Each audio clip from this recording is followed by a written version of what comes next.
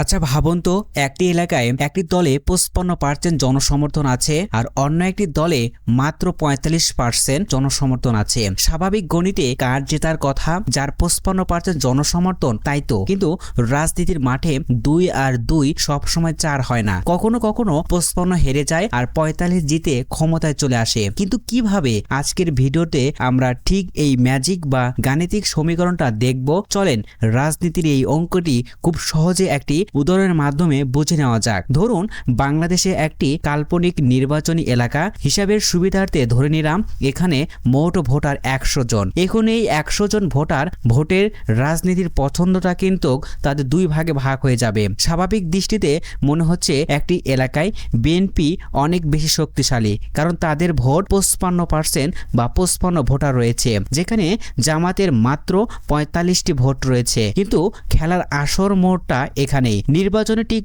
আগ মুহূর্তে বিএনপির ভিতর যে মতবিরোধ দেখা যাচ্ছে, দলের একজন মনোনয়ন পেল অফিসিয়ালি, কিন্তু আরেকজন প্রভাবশালী নেতা মেনে নিলেন না। তিনি দাঁড়ালেন স্বতন্ত্র বা বিদ্রোহী প্রার্থী হিসাবে। এখন দেখুন ভোটের ভাগটা কেমন হলো। বিএনপির সেই 55 জন ভোটার বা সমর্থক এখন 2 ভাগে বিভক্ত। প্রথম দলের প্রতি অনুগত থেকে 30 জন ভোট দিলেন মনোনীত প্রার্থী ধানের শীষ প্রতীকে, আর দ্বিতীয় দল নেতার প্রতি ভালোবাসা আর ক্ষোভ থেকে বাকি 25 জন ভোট দিলেন সেই বিদ্রোহী প্রার্থীকে। কিন্তু অন্যদিকে জামাতের ভোটের দিকে তাকান, তাদের সংখ্যা মাত্র 45 জন, যা বিএনপির মোট ভোটারদের চেয়েও কম। কিন্তু তাদের মাঝে কোনো বিদ্রোহী প্রার্থী নেই, তারা সবাই ঐক্যবদ্ধ তাদের একক প্রার্থীকে ভোট দিলেন। এবার ফলাফল ঘোষণার পালা। চলেন দেখি কে জিতলো। বিএনপির মূল প্রার্থী পেলেন 30 ভোট, বিএনপির বিদ্রোহী প্রার্থী পেলেন 25 ভোট, আর জামাতে প্রার্থী পেলেন 45 ভোট। অবাক করার বিষয়, তাই না? মোট জনপ্রিয়তায়